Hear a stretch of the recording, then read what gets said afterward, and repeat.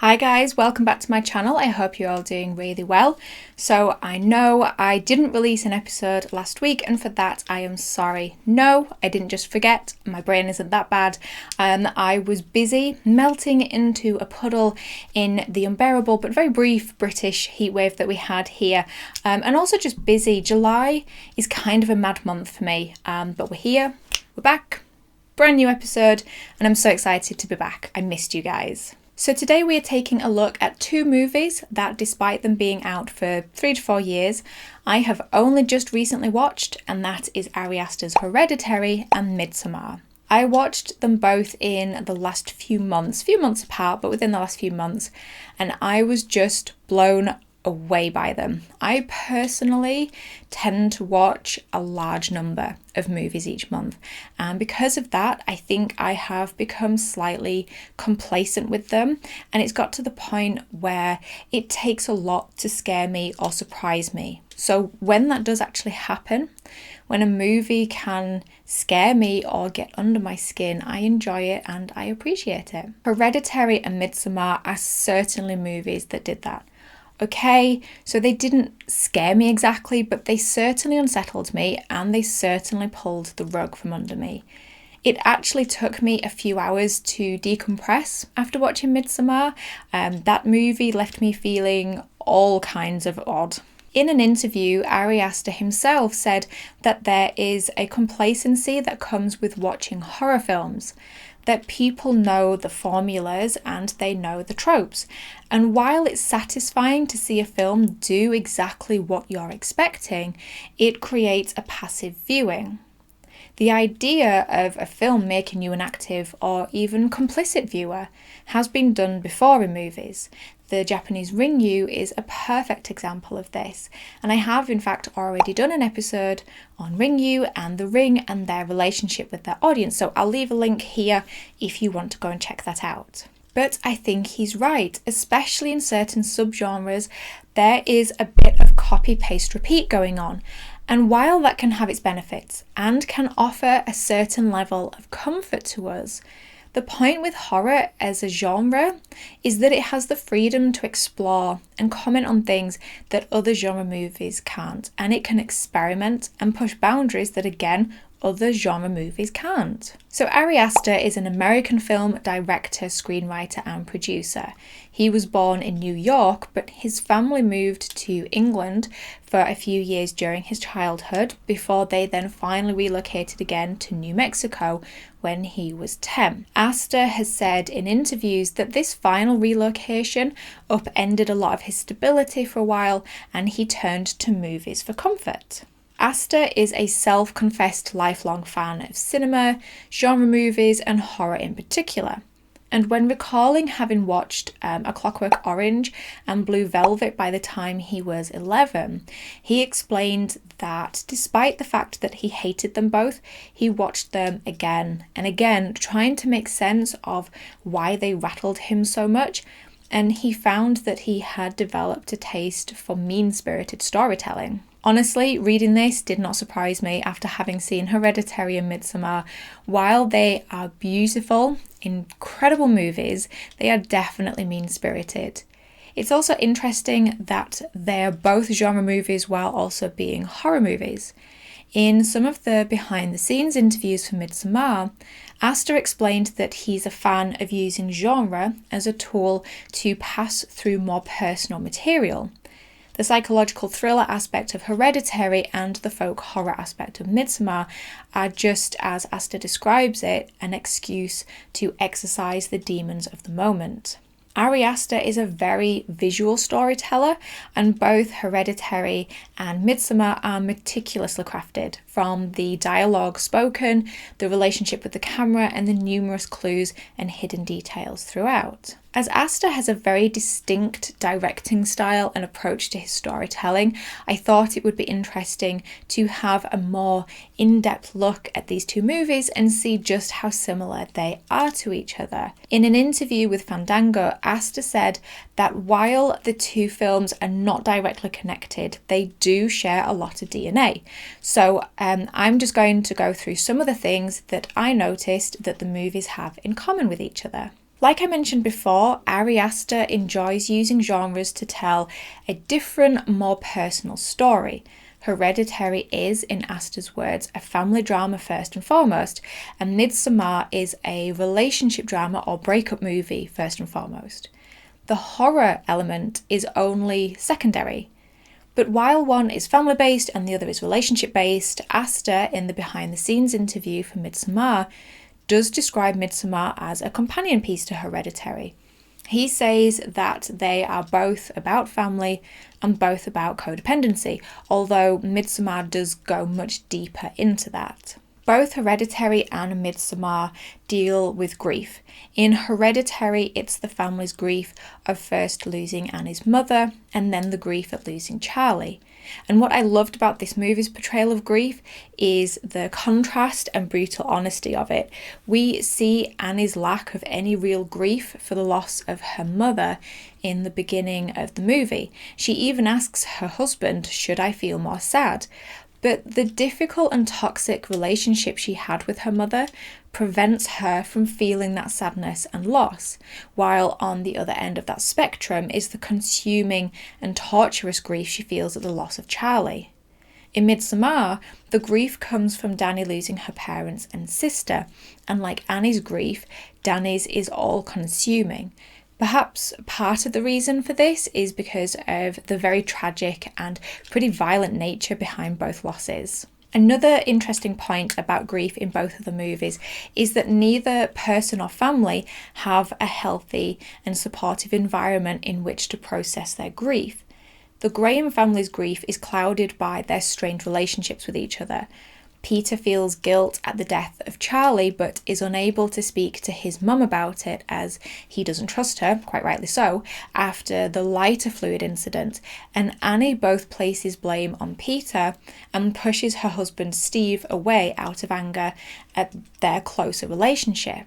In Dani's case, she is left alone with only her boyfriend Christian, who has already just mentally checked out of their relationship and is only staying with her out of some sense of guilt or duty after she loses her family and his friends, who are either hostile or apathetic towards her. In the behind-the-scenes special features of Hereditary, Toni Collette said that Hereditary is about inheriting family trauma, that it's about what you take from your family or what is thrust upon you and then how you deal with it.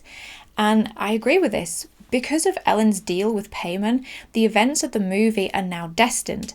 They are the tragic fate of the Graham family.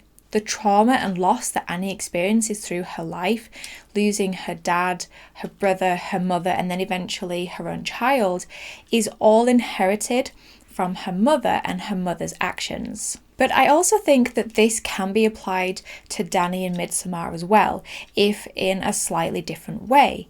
While the loss of her sister and parents is shocking and tragic, what makes it even more so is the fact that it is at the hands of her own sister. Dani's sister was bipolar, and we see from the emails that Dani is sending her at the beginning of the film and the comments made from Christian later that Dani has for a long time taken on an almost carer role, looking after her sister and trying to deal with her unpredictable behaviour. And because of her sister's bipolar disorder, Dani has inherited worry, grief and trauma. Both of the movie's leading ladies, Dani and Annie, are also tortured by their complicated past. A complicated past with mental health, I might add, in both cases.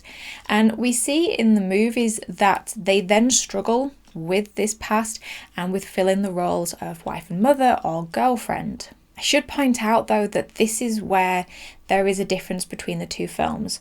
While both apparently deal with mental health, there is a difference between the role it plays within the stories. In Midsommar, we are told that Dani's sister suffered with bipolar disorder. She was diagnosed and on medication. Her sister's mental health struggles are also the catalyst for the rest of the movie. Would Dani and Christian still be together if Dani hadn't lost her family? And so, would they have all gone to Sweden?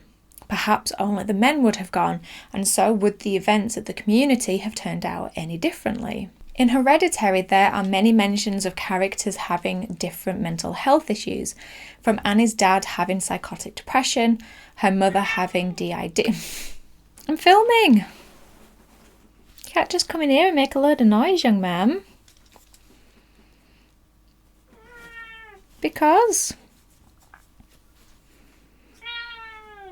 In Hereditary, there are many mentions of characters having different mental health issues, from Annie's dad having psychotic depression, her mother having DID, her brother having schizophrenia, and her husband Steve believing she herself is having a psychosis. And while these could all be true, you could also interpret these mental illnesses as a misreading of the demonic activity. For example, Annie's brother is diagnosed as schizophrenic because he accuses his mother of trying to put people inside of him. But he's actually telling the truth. She is trying to put Payman inside of him. I have also seen online that some suggest it's perhaps an example of folie à deux, also known as a shared psychosis. But whichever way you interpret it, mental illness is not a catalyst of the movie's events, but is instead a side effect. Another glaring similarity between Hereditary and Midsommar is that they are both cult movies. Now, I had no idea going into Hereditary that it was a cult movie, but it is, even if it isn't really revealed until the very end. Both include cults who live their lives outside of what we would consider social norms, but instead based around their belief system and their culture. Midsommar's cult is very much at the forefront and out in the open, although they are portrayed as a community for a lot of the film, whereas in Hereditary they are hidden in the shadows, sometimes literally. Hereditary's cult follows and practices demonic law and necromancy, while Midsommar's cult is more of a culture and following pagan rituals. Although what's interesting about Midsommar is how, even though to me it seems very clear that they are a cult, Ari Aster said that he's never actually called them a cult. Instead, he describes them as a community and as a family. Manipulative, dangerous and strange. Yeah, that sounds like a family. Another similarity between the movies is how events for all of the characters, both the Graham family and Danny and her friends, are being manipulated behind the scenes, and it is the cult of each movie that is doing the manipulating. In Hereditary, the cult manipulates events to ensure that Payman gets a male host, from the loss of Annie's father and brother to Charlie losing her head. And they don't just make the Graham family suffer, they break them mentally in order to make them more pliable. And Ari Aster himself has said that what happens to the Graham family in the movie is absolutely inevitable. In Midsommar, the character of Pelle acts a little bit like a Pied Piper, luring Danny, Christian and their friends to the commune, just as another cult member does to Connie and Simon, the British couple. Pelle also latches on to the evident emotional distance between Danny and Christian and just pokes at it with a stick, asking Danny, does she feel held by him? I also have to question if the cult members actually made sure that Danny saw what Christian was up to further break her down. I mean, every time they display emotional support for her, it is after an event that they themselves caused in the first place. When I was researching for this episode, I came across something that I thought was really interesting. In an interview with the Washington Post, Ari Aster said that when he wrote the character of Christian, he wanted him to be someone that people could relate to, saying there are two perspectives to the movie, there's Danny's and there's Christian's, that we've all been in a relationship where we want to be closer to the person, but they're less invested than we are, or being in a relationship that you want out of, but you don't want to hurt the other person. So according to Ari Aster, Christian is supposed to be relatable, but also for the purposes of and in the context of the movie, he is the antagonist. While there are two perspectives to the movie, it's clear that we are supposed to be on Danny's side. Danny wants to be closer to Christian. She's been left alone in the world and she wants a source of comfort and support, and Christian is preventing her from having this as he won't connect with her.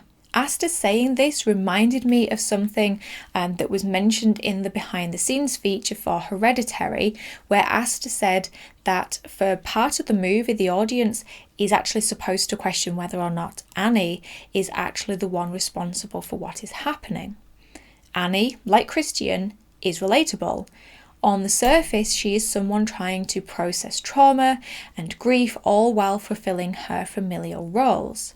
But again, like Christian, in the context of the movie, she is bordering on being an antagonist. Annie is a bad mother. She's distant and she's cold. She's completely oblivious to how her children seem to be feeling and when they're uncomfortable. A perfect example of this is when she aggressively forces Charlie to attend the party with Peter, which she clearly doesn't want to attend. She is responsible for a lot of the unease within the family because of her past actions. For example, when she covered her children in lighter fluid and nearly set them alight during one of her sleepwalking sessions. While there is a theory that Annie is subconsciously aware of what her mother Ellen is attempting, and her nearly setting the kids alight is actually her trying to prevent the fateful events of the movie, the truth is, she never made any attempt to pacify Peter's concerns afterwards or rebuild that trust with him.